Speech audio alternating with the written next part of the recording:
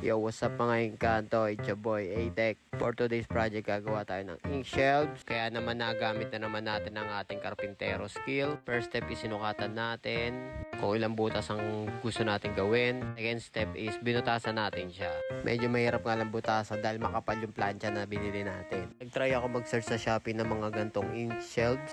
Pero 50 holes worth 2,500 yata. Kaya naman gumawa na lang tayo ng sarili natin para mas marami tayong butas na magawa.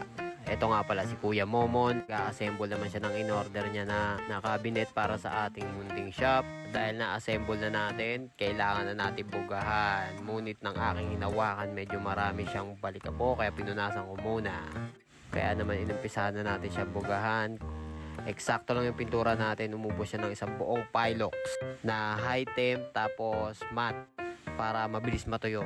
Pero syempre bago natin siya bugahan, kiniskis muna natin siya ng liha, sandpaper. And salamat nga pala sa malupitang video ni Tito Haji. Bali gumawa tayo ng 135 or 36 na holes. So kaya niya mag-accommodate na 130 plus na ink. Ang ating finished product, all in all, gumastos tayo ng 3,500. Dahil kung bibili tayo online, gagastos tayo ng 5,000 para sa 100 holes. Kaya naman laging salamat sa Ama sa talento at pagpapala. And it's your boy, A-Tech Rip and C Tattoo Studio. Peace out.